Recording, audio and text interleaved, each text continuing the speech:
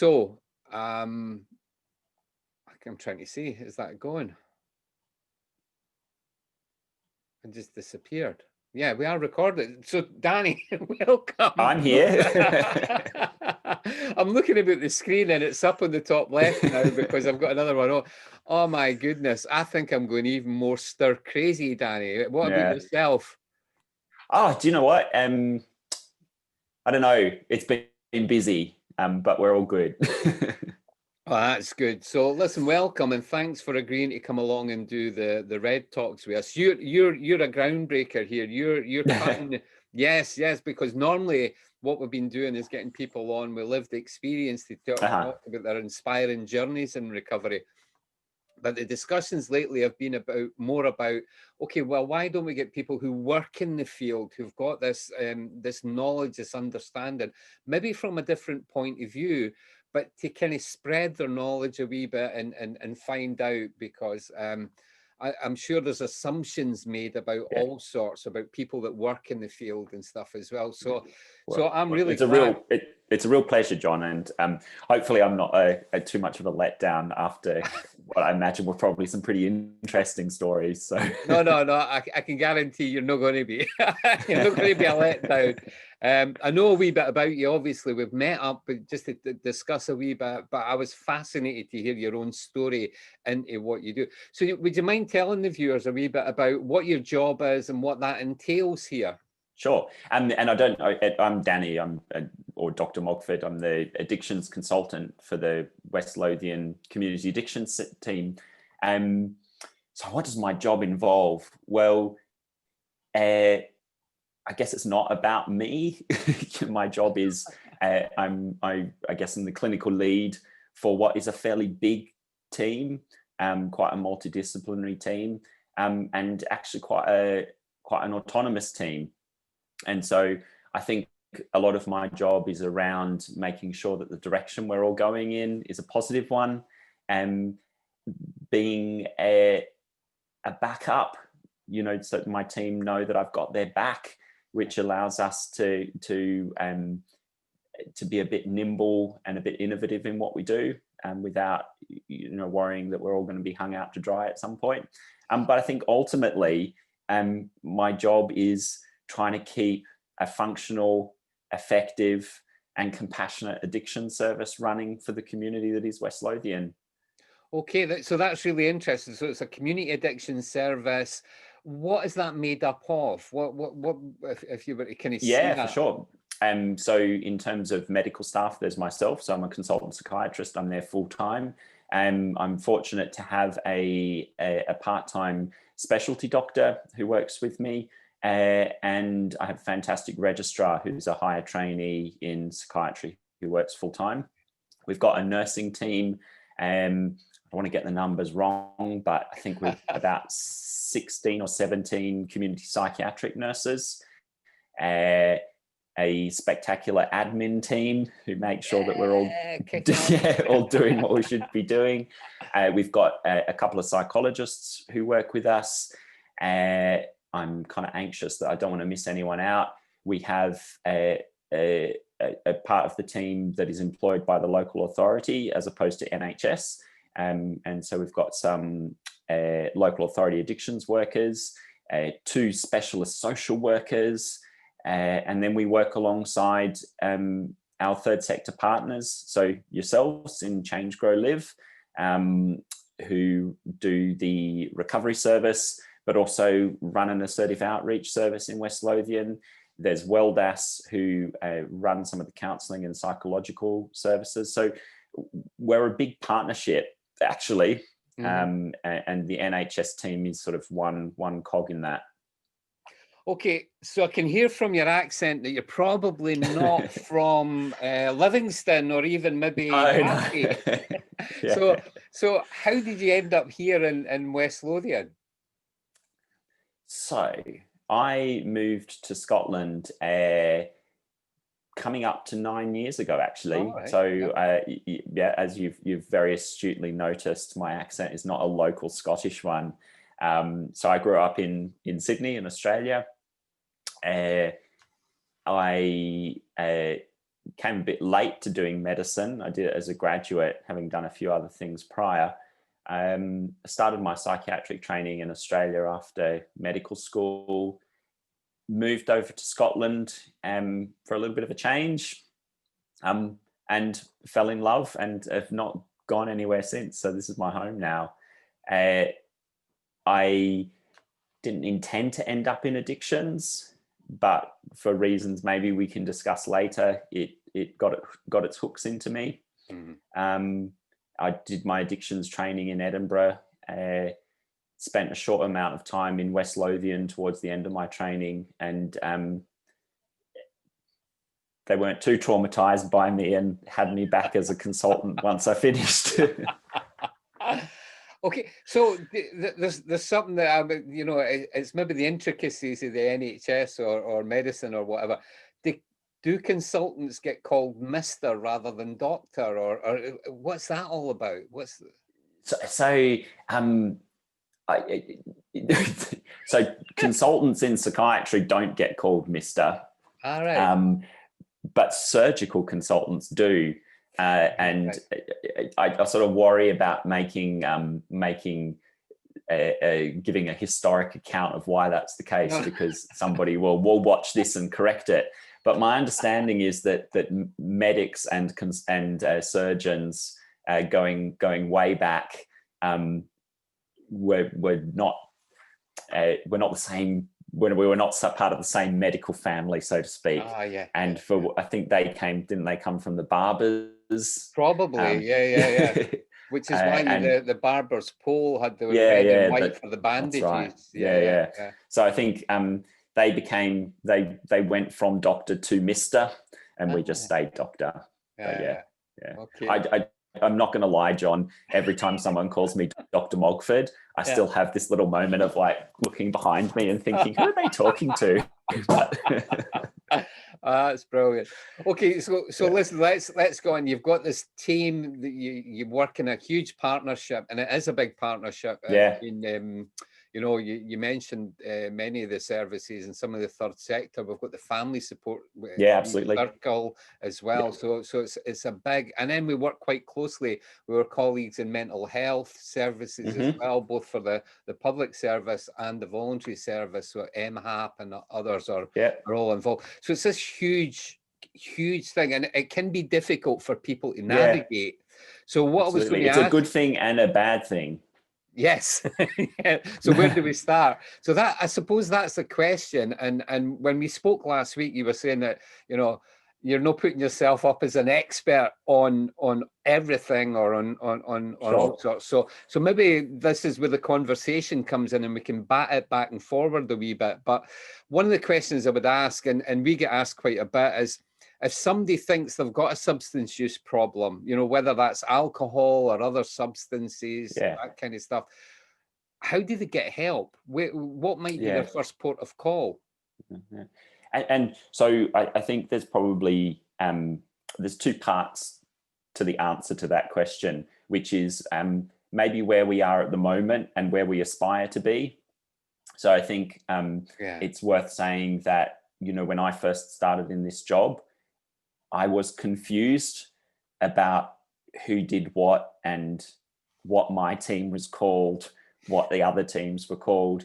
And, if me in the consultant job as the lead clinician for our service was confused, I hate to think what it's like as somebody, with a problem trying to get help, or their family trying to get help for them. So it has been historically tricky. I think what we're aspiring to is that there actually isn't a wrong door to knock on. So whether you manage to contact us, or you manage to contact yourselves, or you end up at your GP, it will all come back to us. So that's where we would like to be. And I think we're getting there. As it stands, you can go to your GP and they will refer you in. That's probably the most cumbersome way of doing it, if I'm being perfectly honest, because you've got to get a GP appointment. The GP has to get a referral through to us.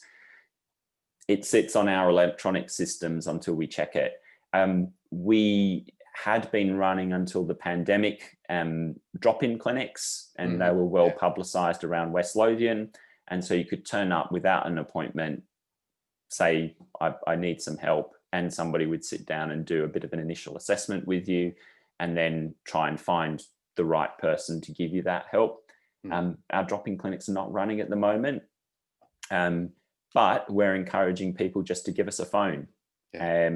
And I don't know if you want to flash our phone number up on the screen. No, right now, no. They'll probably lose both of us.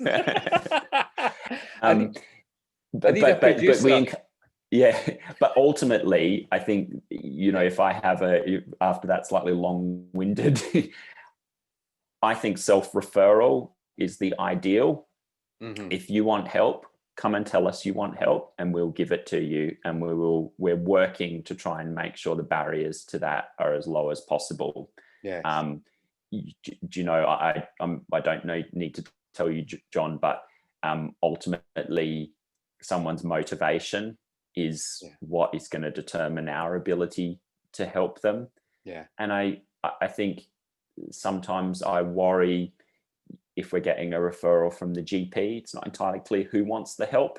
Yes. But if we've got somebody who's picked up the phone and called us, we've got a really good thing to work with. Then we've got someone who's made contact with them, and then the onus is on us to make sure there's no unnecessary delays or artificial barriers. It's not perfect, but we're getting there. So the answer is, if you phoned us, someone will phone you back, have a chat about what the problems are, and make a decision about who's going to help you. And what you said as well is that anywhere in the system, if they phone up WLDAS, West Lothian Drug and Alcohol, or phone us, you'll then be taken in, into the system, and we can then refer on to the most appropriate bit, or it might be us, or it might be you. For sure. But we'll do that assessment, and we'll refer on. So that's a really good thing that people can know. And ultimately, so I'm a psychiatrist. That means I'm a doctor. I have lots of tools at my disposal, but the main tool I have is a prescription pad and a pen to stick my signature on prescriptions with. And so a large part of what we do is prescribing, whether it be opiate substitute therapy, or psychiatric interventions, or alcohol detoxes. And so if that's what you need, we want to make sure you can come to us quickly to get that bit. There are going to be other needs, and those needs might be provided by, CGL recovery, and we can work together to try and make that happen. But if what you need is a prescription, I want you sitting in front of me or one of my colleagues as soon as possible.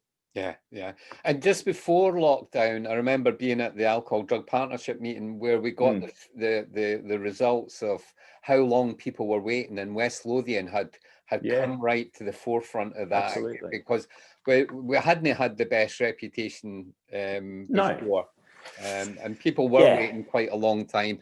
But I know since I've come in, which has only been really 2 years, I've seen a massive change. Even in that 2 years, I've seen quite a change for how long people wait. So what kind of, we tend to phone back within a week, if somebody contacts us, and usually much quicker than that. But we're saying that at the moment. I'm not sure if we've had any figures from lockdown. We have actually, and this is not me congratulating myself, but go on. No. Do you know, I'm enormously proud of the team that I work with. We worked really, really hard to, deal with what was, to be honest, a really unacceptable waiting list. You should not have to wait 3 or 4 months to get started on a prescription if you're presenting with an addiction problem. And we've worked incredibly hard. And I think we're now, people are, I think it's 90% of people are not waiting more than 3 weeks, and no one should wait more than 6 weeks. We're well under those targets, and we've maintained it through lockdown, which hasn't always been easy, but we've done it. I think the next challenge, and I don't know whether it'll end up being part of your series of talks, but Scotland has new treatment standards that are in consultation at the moment. Yes. And there's going to be an expectation that we do even better than that. Yes, yeah, I was reading them this morning, or the consultation paper, talking about MAC coming from the the MAC standards. Absolutely, and I think that's a really positive thing. As a clinician, I feel excited, slightly anxious about some of the changes we're going to need to make, but actually in West Lothian, the hard work we've done over the last couple of years, I think is going to set us up well to meet those.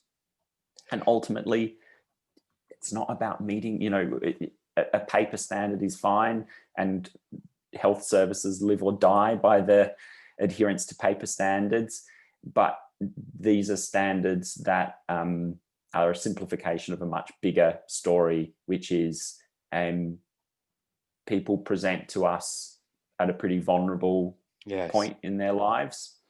And whether we intend to or not, if we reject them at that point, they might not come back. Yes. Or they might come back. Yeah, they might come back, but things will be a lot worse. Or this was their last chance around the merry-go-round, and that's the end. And that's a tragedy. So I think, these are paper standards, but they're important. And I personally, as a clinician, am enormously proud that I work with a team that has managed to make such a big turnaround. Okay. So we often talk about addiction, stuff like that. I know there's a bit of kind of, it's not a worry, but I know people sometimes get confused because they hear the terms, things like problematic substance use, and they hear terms like addiction. Is there a difference between that? What's your thoughts on it? So, I don't have a moral view about drugs, right? What does that mean? It means that I don't care what people use. Mm-hmm. If it's not a problem to them, then I'm not interested. Genuinely. We can have a discussion about people's perception of whether something is a problem or not. So I think that's really important, because I think when we're talking about addiction or drugs or drug treatment, it can sometimes take on a little bit of a finger wagging tone, and I'm not really into that. So I think for me, addiction is part of, but not the full story when it comes to harmful use, because ultimately harmful use is probably what we care about. We're into reducing harms, whether those be physical or social or psychological. I think addiction is probably a slightly misunderstood term. So most antidepressants, if you take them for the length of time you're supposed to take them, and then you suddenly stop them, you'll feel rubbish. Mm-hmm. Your sleep might be poor. You might get the sweats. You might get a little bit of a funny tremor. And you think, oh gosh, I'm withdrawing from my antidepressant. It must be addictive. You might have a discontinuation syndrome. Mm-hmm. And lots of the drugs that people develop problems with have a really profound discontinuation syndrome. And that might drive use to try and stop it. That's different from addiction. I think addiction is where the psychological aspects of your drug use are the be all and end all of your day. So if it's alcohol, you can't walk into Sainsbury's to buy a bottle of milk without having some sort of magnetic force pull you to the beer and wine aisle, where your day is planned around how you're going to get whatever it is that is your choice. Yes. And I think it's important to separate that out, because from a medical standpoint, we can deal with part of that. We can put you on a prescription that means you're not going to get withdrawals or a discontinuation syndrome, and a big problem has been solved. You no longer need to use in a physical sense. And if we get the dosing right, we cut down on the cravings, which means some of the addiction stuff gets dealt with.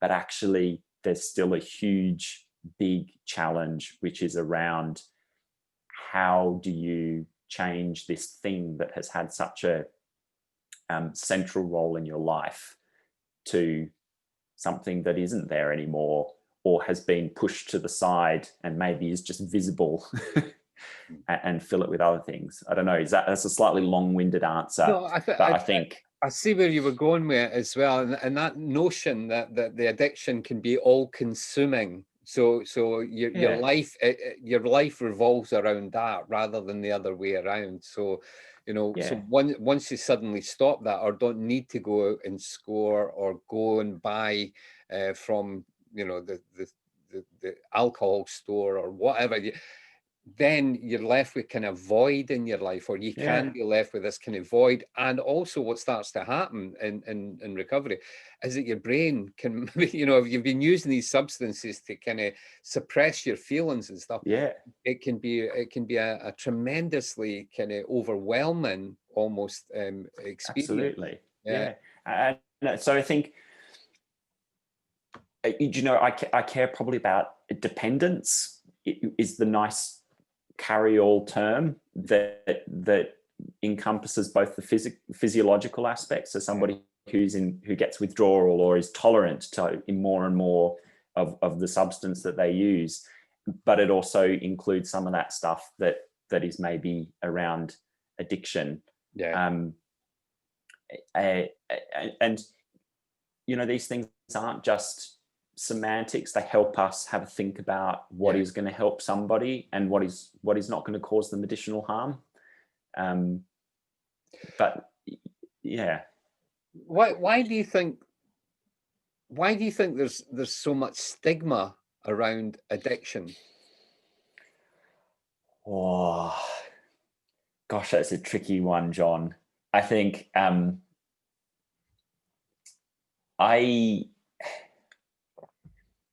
I think there's something slightly frightening about addiction. And I think a lot of people would like to see it as something that's very alien and foreign to them. I think what makes it scary is we all have that streak in us.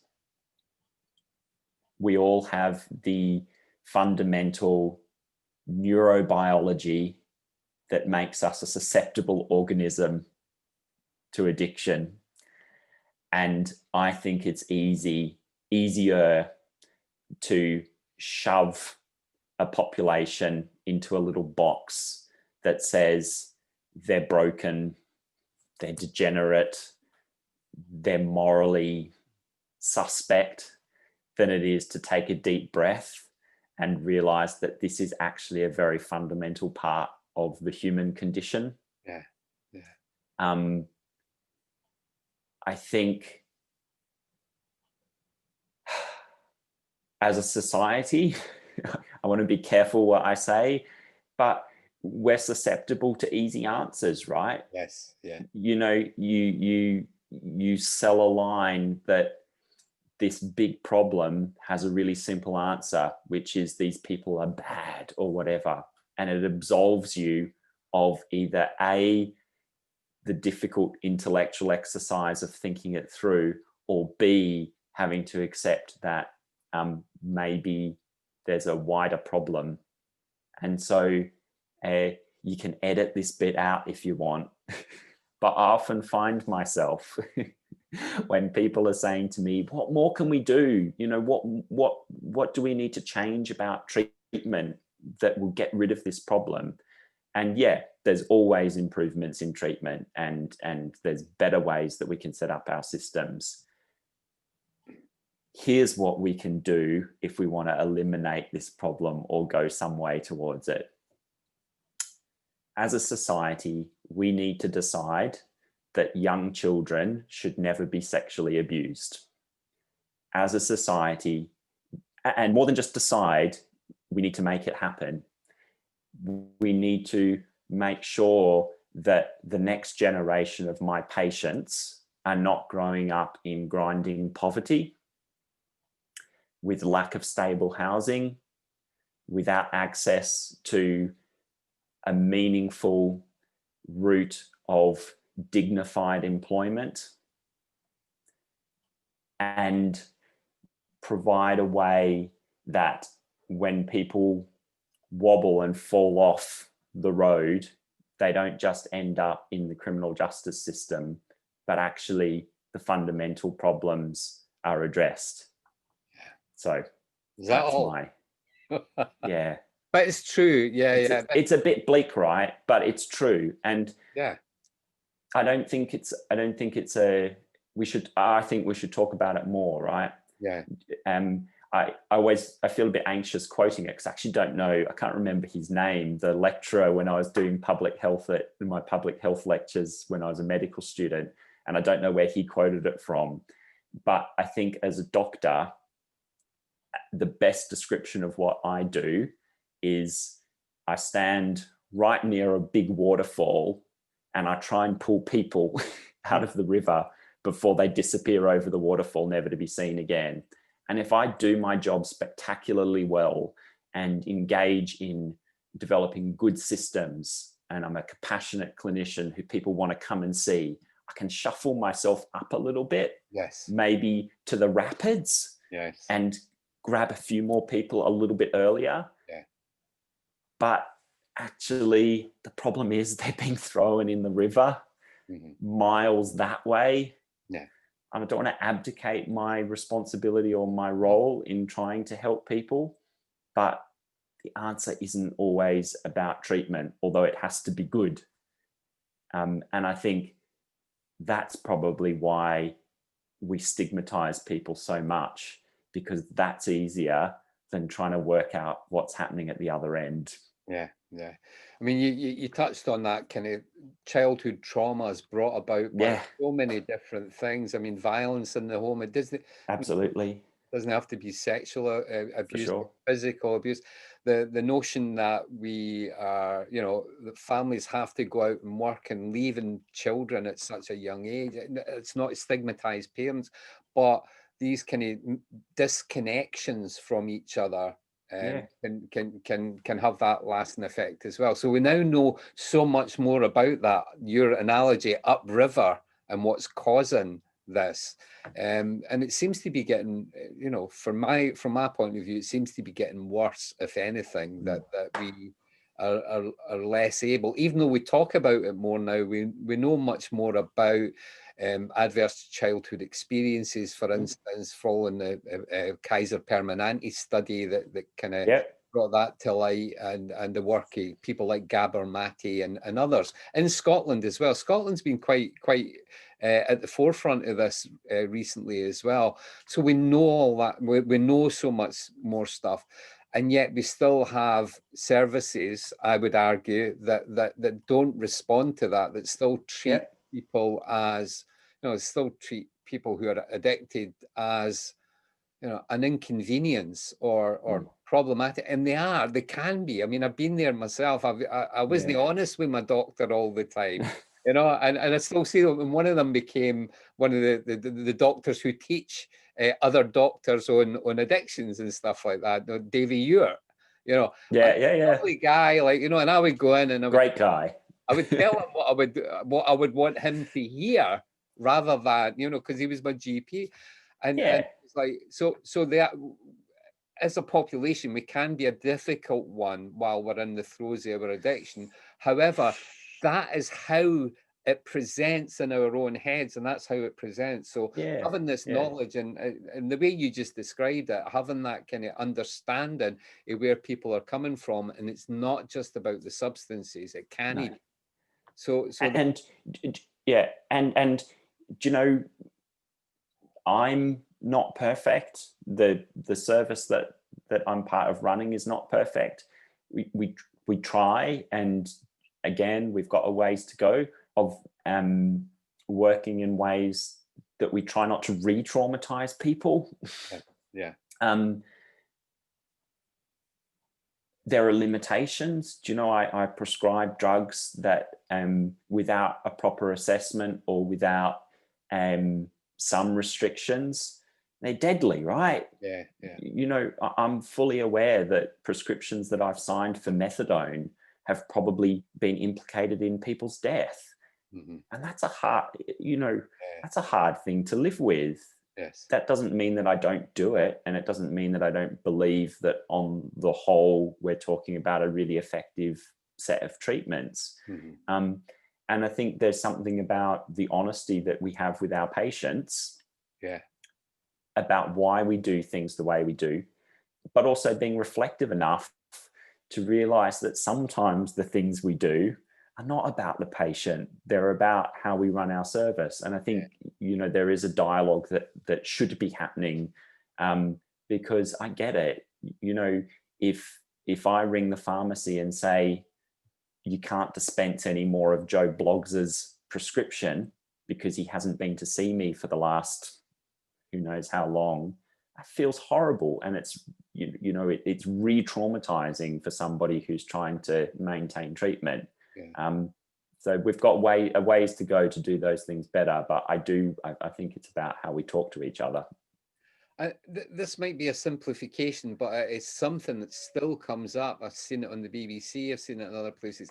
They're trying to kind of make it almost a dichotomy that you know, medically assisted treatment or keeping someone parked, or, you know, on methadone or abstinence. Do you see this kind of notion of recovery in such kind of opposite terms? I think whenever an argument has become polarized, you know that the people at both ends are wrong.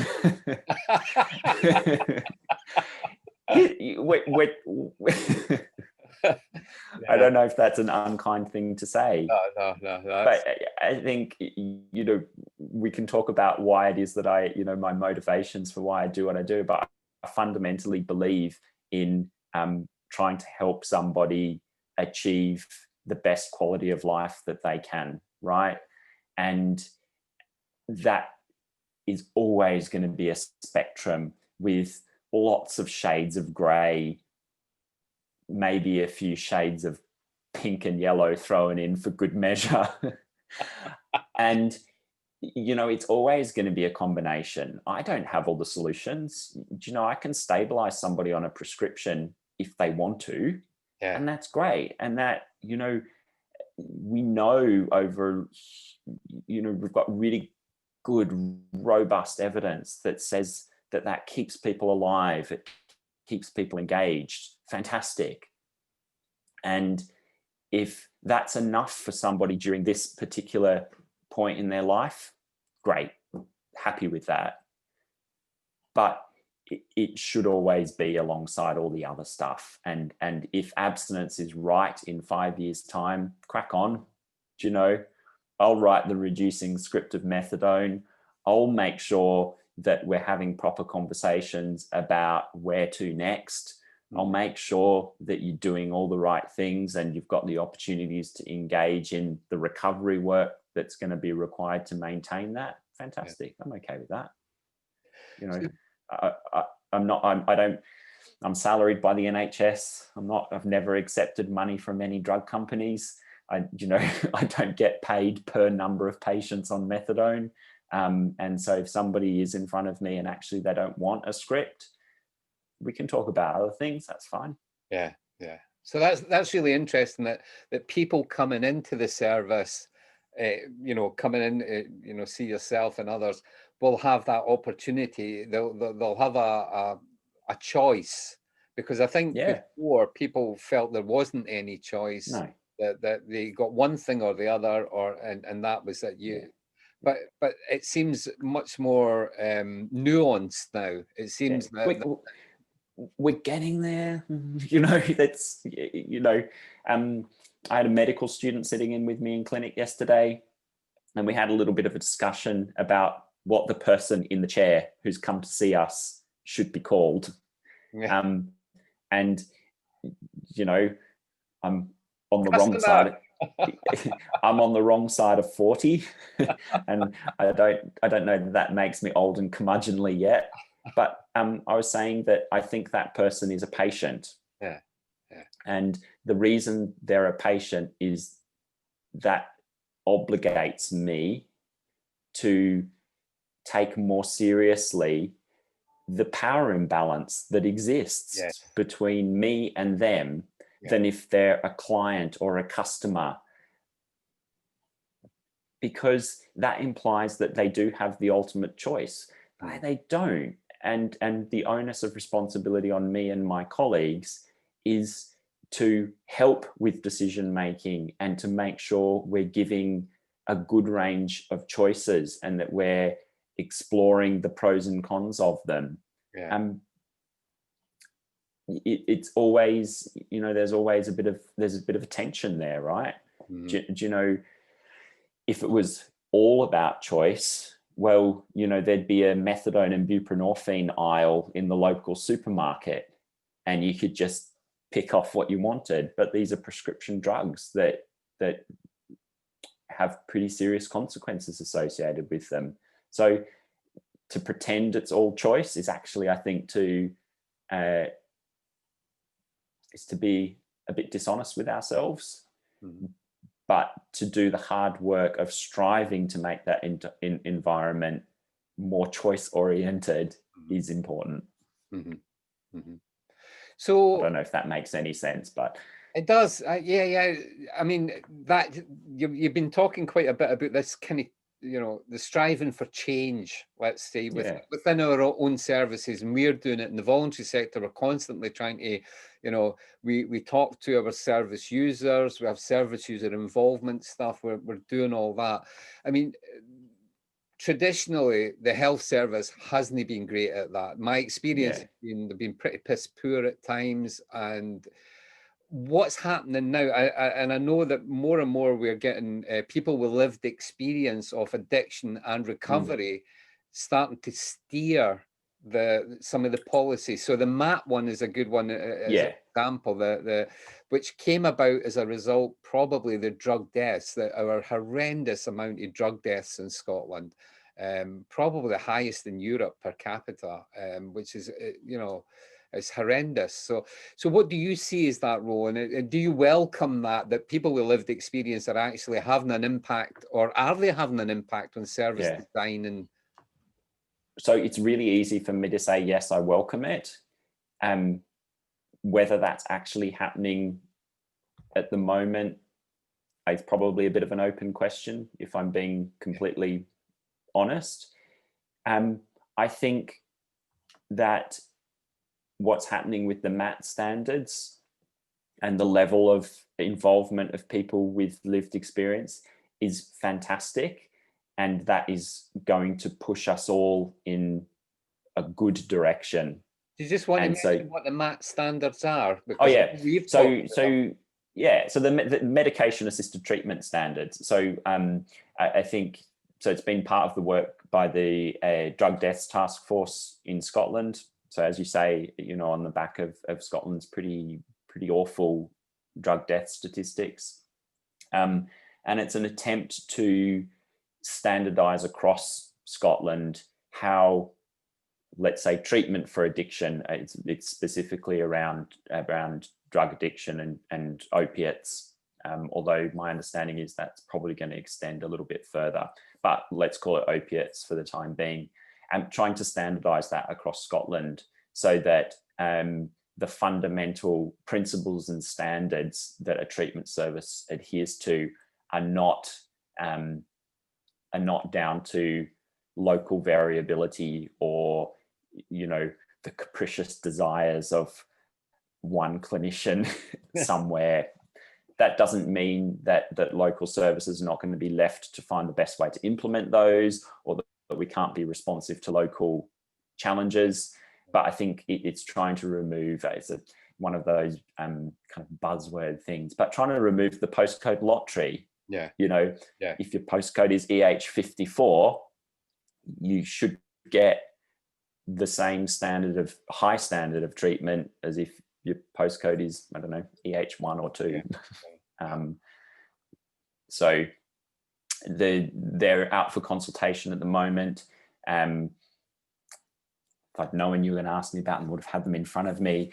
But you know, Yeah, I'm a wee bism. but the basic principles are around, you know, removing barriers from treatment, and so that's talked about in terms of same day prescribing.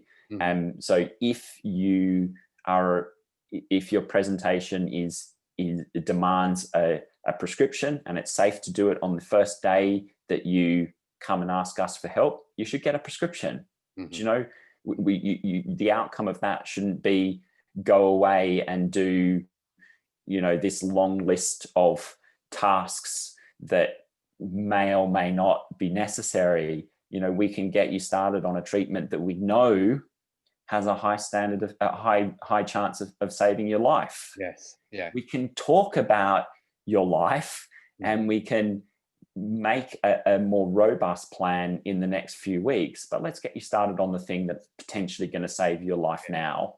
So that patient choice, so what we were discussing before, that that people should have the expectation that a clinician is going to talk through the full range of options, and maybe why some options aren't appropriate. Yes. That it should be about the person who's sitting in that chair asking for help, not about my needs as a doctor or as somebody trying to run a service. Yeah. Clearly, on some level, that is important because I need to make sure that the doors of our service are open in 6 months' time. But that shouldn't be the priority in that appointment. Yeah. So I think it's a direction of travel that no one should really be arguing against. I think there's some work to be done about how we make that happen, but we'll do it. So what do you think? What expertise or what knowledge do you think people with lived experience bring to that process? I'm just wondering if. Yeah. So the kind of warm, fuzzy part of that is that they keep us honest about what it feels like to be either treated with respect and compassion, or what it feels like to be rejected. Yeah. And it keeps us honest about the things that we do that we think are fine because we've always done them. Yes. That maybe don't feel so fine. I can tell you what the evidence says about methadone keeping people alive. I can tell you about the pharmacology of methadone versus buprenorphine. I can't tell you what it feels like to go into a rattle because your doctor gave you buprenorphine a little bit too soon. Yeah. Do you know? I can describe how it looks, but I can't tell you what that feels like because I'm privileged enough that that's not been part of my life. Yeah. And kind of on that, you know, and for me, it kind of mixed in with the stigma, you know, that having to, you know, go on a daily prescription to the chemist when there's queues, and it's even worse, or it has been worse. And that stigma that, you know, that, you know, there's somebody waiting on their methadone and stuff. Yeah, I mean, everyone knows what that queue is. Yes, yeah. And I've heard some really disparaging remarks from people in positions of authority that you would think would know better, but they don't, because it's so, the stigma is so ingrained that they expect you to agree with them or whatever. So on that sense, you know, methadone seems to have been around for a long time, and I've experienced working with so many people on it. What's this the Buvidal that we hear about, which might be able to kind of is that an option? And who would it be an option for? So it absolutely is an option, and so it's long acting injectable buprenorphine. So the drug buprenorphine, it's not been around as long as methadone as a treatment for opioid dependence, but has been part of the repertoire of options for a good period of time. It's a drug that we understand really well. What has changed is the availability as an injection that initially is weekly, but ultimately is every 4 weeks. And I think, has been a real, there's not much new in psychiatry, right? And there's even less new in addictions. The drugs we prescribe have been around for a very long time, and they're a bit crude. Having the option to give someone an injection and let them have normality for the next 4 weeks, all the good and bad that comes with normality. It's not all, it's not all unicorns trotting down the high street with rainbows and fluffy bunnies. Normality has its ups and downs. You've just described a normal day for me. But giving someone the chance to come and have an appointment in a healthcare setting, get their treatment, and then get on with it, I think has been a really fundamental change. In West Lothian, I think we probably started our first patient in March. We now have, I haven't checked the figures in the last week or so, but probably about 15% of our drugs caseload, because I think we're a drug and alcohol service. But we have a fairly sizable number of people on this as a treatment option now, and on the whole, people really like it. Some of the conversations that I'm having with patients, it's really refreshing. We're talking about trusting your body again, that we know that once you're on an adequate dose, your blood levels of it are stable. And so if you wake up in the morning and you've got butterflies in your tummy, it's actually not heroin withdrawal. Maybe you're just anxious. Yeah. Or if you've got a dodgy belly, maybe the guy who made your fish supper yesterday didn't wash his hands. Yes, no, absolutely. And it sounds silly and it sounds trivial, but for so many people, they've got, it goes back to what we're talking about when we're talking about what is addiction.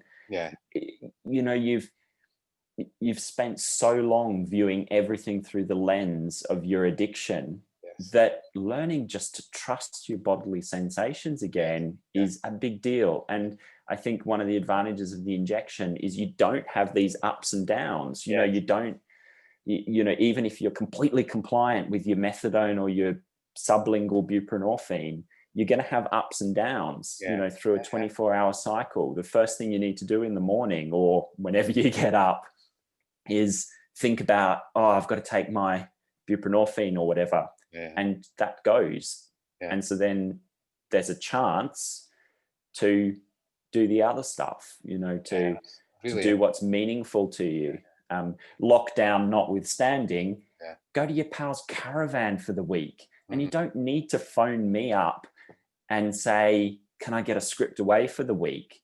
There are reasons why we need to do that, but that's rubbish. Having to, I'm not the headmaster. I hate being, holding that role, right? I don't want people having to come to me and ask permission to go to the caravan for a week. Yeah. I think I would have liked you as my headmaster, Danny. I have to say that compared. I would have let you get away with murder, John. I know. I would have. But I was so. It's been it's been a fundamental shift in the treatment that we can offer. It's had some significant implications for us in terms of the resources around delivering it, but it's fine. That's a problem for us to solve. There are some unanswered questions about funding because it's not a cheap treatment. But that's fine. We're dealing with it. And it's not for everyone, right? Buprenorphine is not for everyone. But I think it is a treatment that more and more people are finding it is for them. It's still early days. It's not yet been a year, but I like the direction it's heading. That's good. And again, you mentioned, and I had been conscious here, I was going to come on to it as well, that alcohol is probably a much bigger problem Yeah. in West Lothian and in Scotland than all the other substances put together in different ways. Absolutely. What can people expect if they become aware? Because again, through lockdown, we're aware of the increase in alcohol use per head of population. There's an increase, I think, in domestic violence as well, probably Yeah. as a result of that. So these things are all, what could somebody do if they're starting to think they might be drinking too much, or that they know and they've been told? What can they do? And so it's the same deal as I said before. You know, you phone us or you phone our colleagues at WLDAS, or you go and see your GP. And what happens from there is going to depend a bit on where you're at. Yeah. So, you know, there are going to be a portion of patients who, or, you know, maybe not patients yet, but there's going to be a portion of people that cannot safely stop drinking like that. Mm-hmm. You know, alcohol withdrawal is dangerous and potentially fatal. Yeah. So it kind of runs the full spectrum, right? So there are some people who, with a little bit of support, can cut down and safely discontinue without any medical intervention. Mm-hmm. There are people who are going to need a medical detox, and that will either happen in the community with a nurse visiting them at home, or it will happen in our inpatient unit at the Royal Edinburgh. And that will depend largely on degree of physical dependence, but also physical health. You know, there's some people who because of their physical health means that it's risky to detox them in the community, so we do it in hospital. But here's the deal, right?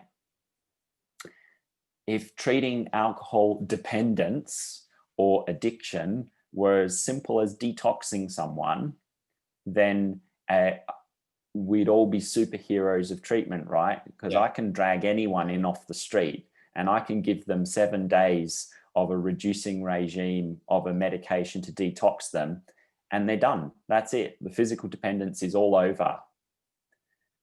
It's this much of the treatment plan, and it's about what happens after that.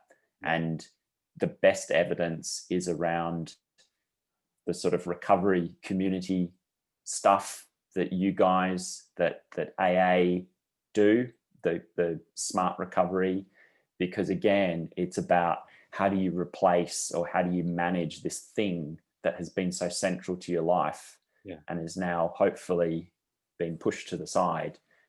We have some medications that can help, but they're not, you know, they're not a cure. They're not a cure. No, that's really helpful. Yeah, I was going to say, you know, sorry, you can hurry me up. It's all right. I was going to say, you know, we talk about numbers needed to treat when we're talking about medications or treatments, right?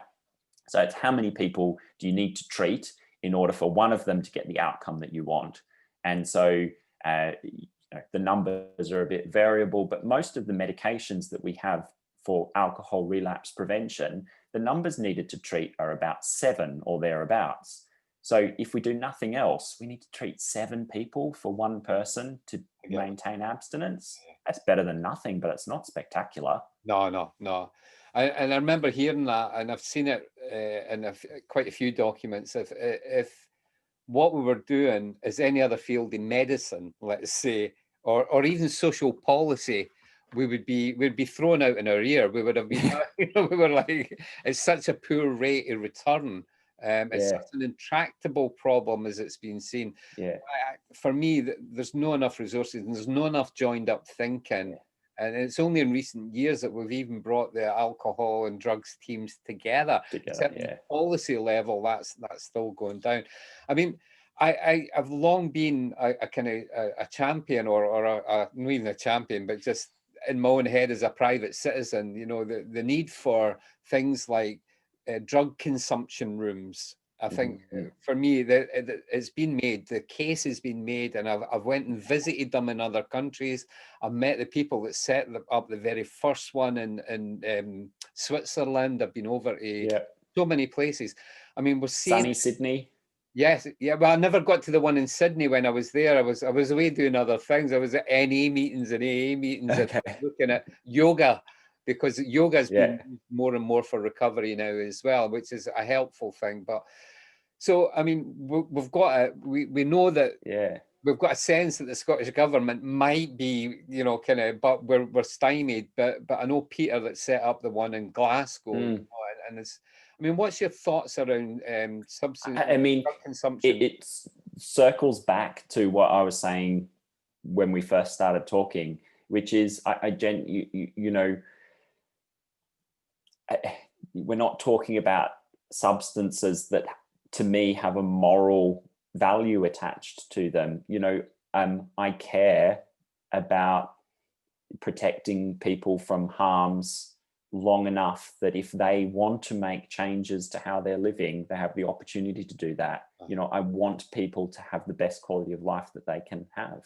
And it's, to me, a bit of a no-brainer that being in a safe environment is better than being around the corner in a dark space between two buildings. Yeah. It's better for the person. It's better for the society. Yeah. But, I guess I don't want to abdicate responsibility, right? And I think it's important that clinicians speak their minds about these things. These are my own views. Yes. But these are bigger questions that need to be answered around the policy structures that allow it, and the appetite for your community, my community, to accept these things. Yes, because there's a lot of NIMBY goes on, not in my backyard, but everywhere that we've seen them, everywhere, the evidence base is really strong. Yeah. More people get into recovery as a result of working with them. I visited a really well-run one it was a voluntary agency, local authority combo in where was it now? It was in one of the ones in Germany, Frankfurt. And I think Frankfurt's got at least 2, possibly 3 of these consumption rooms. And it was in an old bordello. It was in this, it was one of these tall, thin buildings. And in the basement was with the drug consumption rooms. And they were really clinically set up, and they had nurses and a doctor there. Upstairs, they had doctors who could do prescribing, so they could do substitute prescribing. And the top levels, they had beds, for homeless people and stuff like that. And the day that I visited, 2 of the nurses, there was people injecting and stuff, and there was one guy lying in the prone position, or the recovery position. But he was being monitored regularly, and 2 of the nurses that were on that day had been users at least 5 years before. They had been, so they had come through because they already the same organization had a detox center, they had rehab, and they had a college for people, to retrain and fit them into the. And I thought that's wonderful, So I'm going to do the same as what I did with the director of that organization when I was visiting them. It's an old technique from coaching, but it's like I'm going to give you a magic wand, Danny, and so there's no financial, whatever you do, you could get sorted. Like, what would be your priority if money was no object? And I'm going to contain myself to treatment services, right? I'm not going to just take the easy way out and say change the world. So we know that there are twice as many, at least, people in West Lothian who need treatment than are in treatment. So we need to be able to capture those people. I would like you, me, our pals in WLDAS to share some buildings. And I would like those buildings to be scattered through West Lothian so that you can go and visit one of those buildings regardless of where you live. And I would like to think that you can come through the door and you can either just get some support or you can get started on treatment, and you can go and chat to the dude from housing who's just there. Yes. Yeah. Yeah. Meet the people over there who have been through what you're going through just now and can give you some hope that there's a way out. Yeah. You can see some of my nurses, and you can pop your head around the door and see me to talk about whether or not your problems with mood might need some medication, or if actually we should just wait and see whether it goes away once you get a little bit of stability under your belt. And I would like that to happen in one place, but in lots of places. Yeah. Yeah. And if my magic wand was really good, I would like there to be a safe consumption facility that was attached to those. Yeah. Yeah.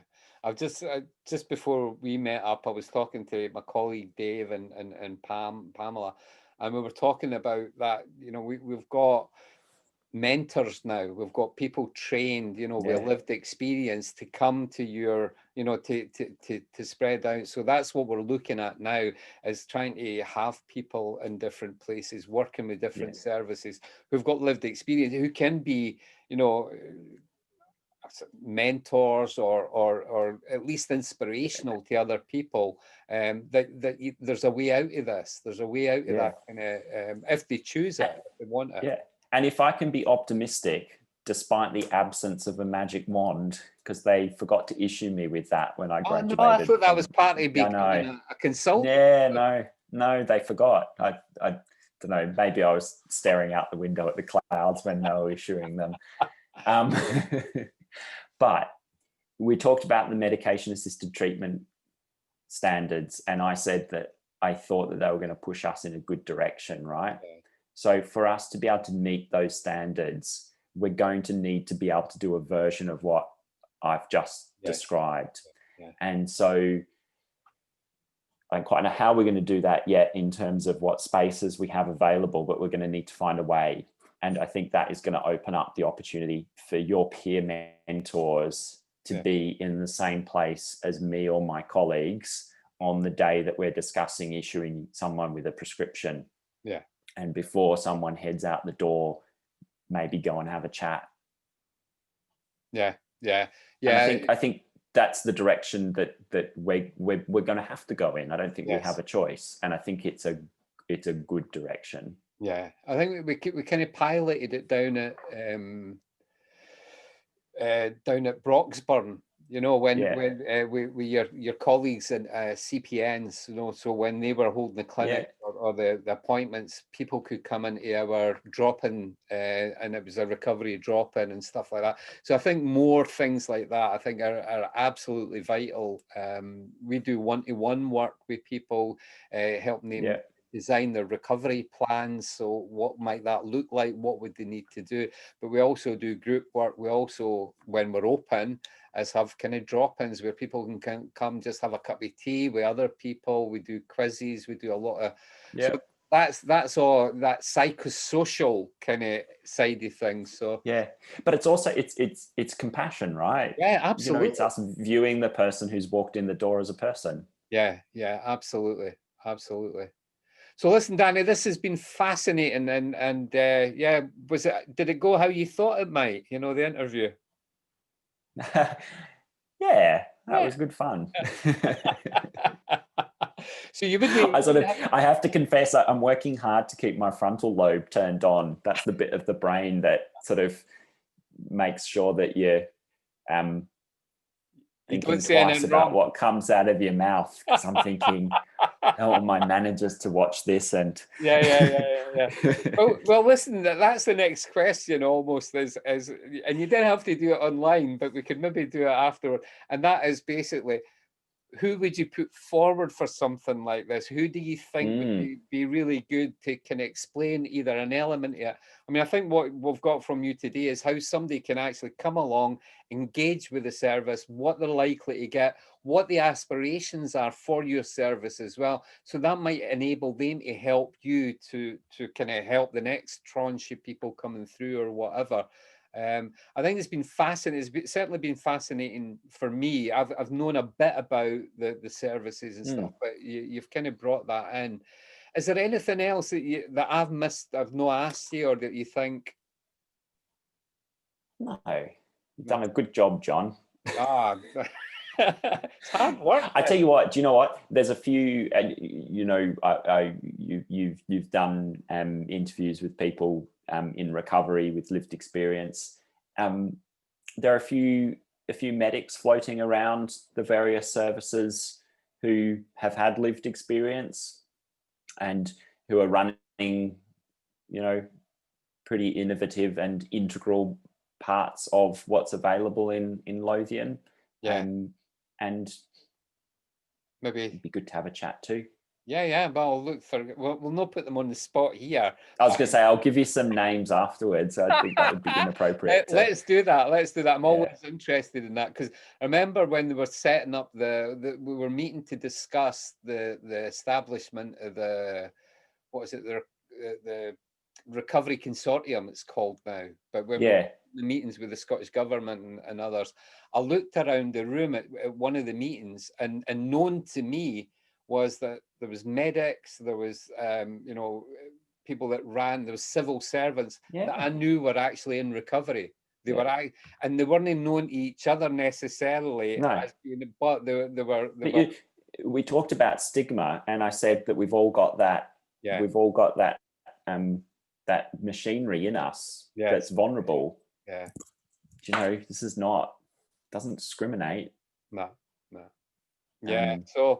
So I'll do that. So I'll switch off the recording right now, Dan, and I'll find it. I'll get names. I was going to call them. They're no victims. They're going to be targets. Is that no? They're going to be. I don't know.